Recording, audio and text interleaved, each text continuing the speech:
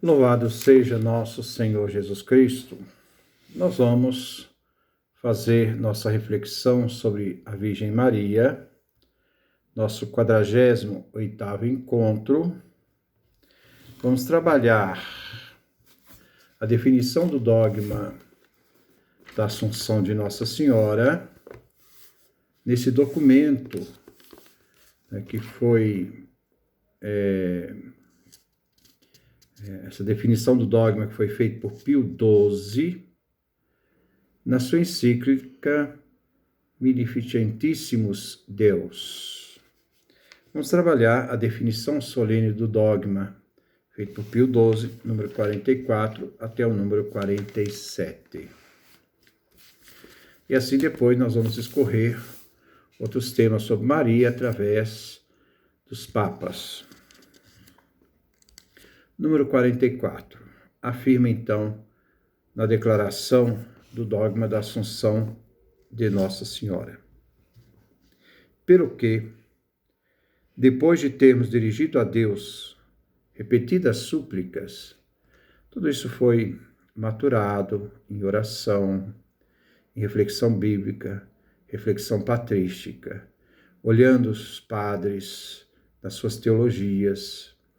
E depois de todo esse tempo de maturação, diz então o Papa, depois de termos dirigido a Deus repetidas súplicas, de termos invocado a paz do Espírito de verdade, porque o Espírito Santo é aquele que acompanha a Igreja. Eu sempre lembro essa passagem lá no capítulo 20, versículo 20, 21 e seguintes, lá do Evangelho de João, quando Jesus envia os discípulos, dando continuidade à obra de Jesus Cristo, o Pai enviou o Filho enviou o Pai. Como o Pai me enviou, eu também vos envio. Então a Igreja continua a obra de Jesus Cristo na história. E para assistir esta Igreja, Jesus confere a terceira pessoa divina, Deus mesmo, na pessoa do Espírito Santo, soprando sobre eles, dizendo, recebeu o Espírito Santo. Então, é o Espírito Santo que acompanha. Então, isso tudo tem uma realidade da ação do Espírito Santo na comunidade da Igreja, na história.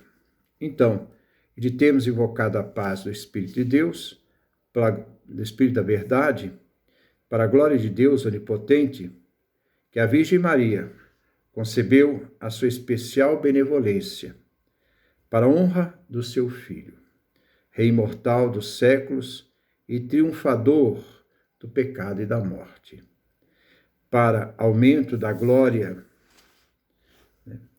da sua augusta mãe e para gozo e júbilo de toda a Igreja, com a autoridade de nosso Senhor Jesus Cristo, dos bem-aventurados apóstolos São Pedro e São Paulo, e com a nossa, pronunciamos, declaramos e definimos ser dogma divinamente revelado que a Imaculada Mãe de Deus e sempre Virgem Maria, terminando o curso da vida terrestre, foi assunta em corpo e alma à glória celestial.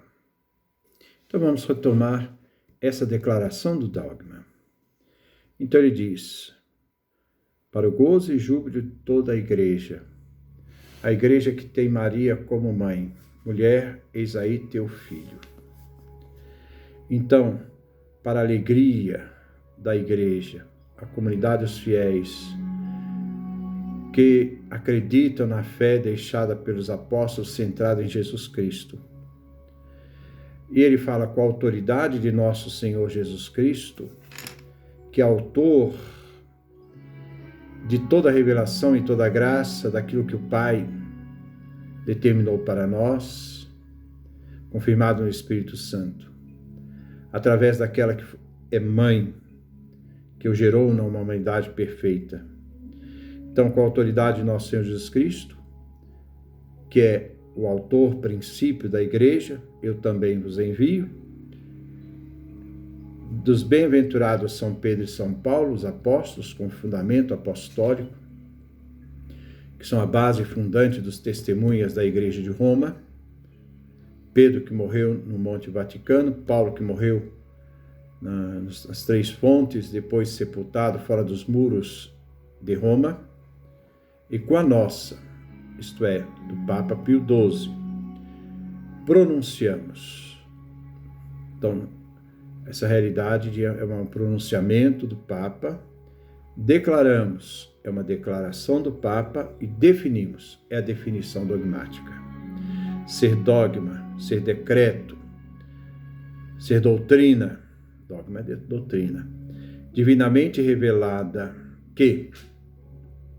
Então, há um princípio de revelação básico, fundante do dogma.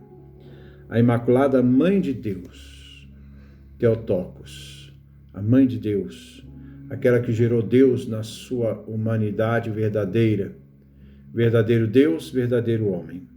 E sempre Virgem Maria. Ela é virgem na concepção, é virgem, inclusive, no nascimento do Cristo, no parto. Terminado o curso da vida terrestre, ao viver a realidade temporal da vida, foi assunta em corpo e alma a glória celestial. Não foi só a alma, não foi só a realidade espiritual, mas ela íntegra. Como Jesus íntegro subiu aos céus, carregando o corpo, a realidade humana, alma e espírito, ele sobe aos céus. Porque na ressurreição é o mesmo Jesus, o mesmo que estava da cruz, é o mesmo que está ressuscitado. É aquele que traz a humanidade gerada em Maria, que morreu na cruz, essa humanidade passível de morte, concebida como passível de morte, como Jesus morreu, Maria também morre.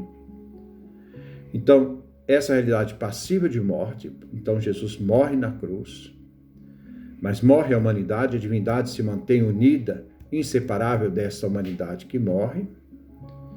Essa humanidade ressuscita de modo não mais passivo de morte, impassível, carregando essa humanidade, depois levando essa humanidade para Deus. Então, também Maria, ao morrer, naquele momento, ela é elevada em corpo e alma, sua humanidade é elevada para junto dos céus. Pelo que, se alguém, o que Deus não permita, ousar voluntariamente, então tem que ter um ato de vontade, negar ou pôr em dúvida esta nossa definição, porque o Papa, ele tem a autoridade ex cátedra de definir aquilo que é da fé e aquilo que é dos costumes, da moral, saiba que naufraga na fé divina e católica, porque está negando um princípio fundante da nossa fé. Número 46. Para que chegue ao conhecimento de toda a Igreja, esta nossa definição da assunção corpórea da Virgem Maria ao céu, queremos que se conservem esta carta para perpétua memória, porque é o documento de validade e garantia da definição do dogma. Mandamos também que aos seus transutos ou cópias, mesmo impressas, desde que sejam subscritas pela mão de algum notário público e munidas com o selo de alguma pessoa constituída em dignidade eclesiástica, tem que ter esse selo eclesiástico de garantia de que é um documento eclesiástico, se lhes dê o mesmo crédito que apresente, que é aquele documento que ele está assinando, se fosse apresentada e mostrada. Aí o número 47. A ninguém, pois, seja lícito infringir esta nossa declaração. O Papa está querendo defender aquilo que é a verdade professada pela fé. Claro que a definição da Assunção de Maria está ligada diretamente à questão cristológica, porque a centralidade é Cristo. E nessa centralidade daquela que trouxe Deus em seu seio, daquela que cuidou do filho em seu seio, também participasse desta realidade, porque não poderia ser decomposto aquele seio que trouxe o próprio Cristo, o próprio Messias, o próprio Deus vivo no meio de nós. Então a ninguém, pois, seja lícito infringir essa nossa declaração, proclamação e definição, ou temerariamente opor-se-lhe ou contrariá-la. Se alguém presumir em tentá-lo, saiba que incorre na indignação de Deus onipotente e dos bem-aventurados apóstolos Pedro e Paulo, da cátedra de Pedro, que são a base e o fundamento da Igreja de Roma e também da Igreja Católica. E ele termina então um documento dizendo: dado em Roma, junto de São Pedro, no ano do Jubileu Maior de 1950, dia 1º de novembro, festa de Todos os Santos, no ano 12º do nosso pontificado.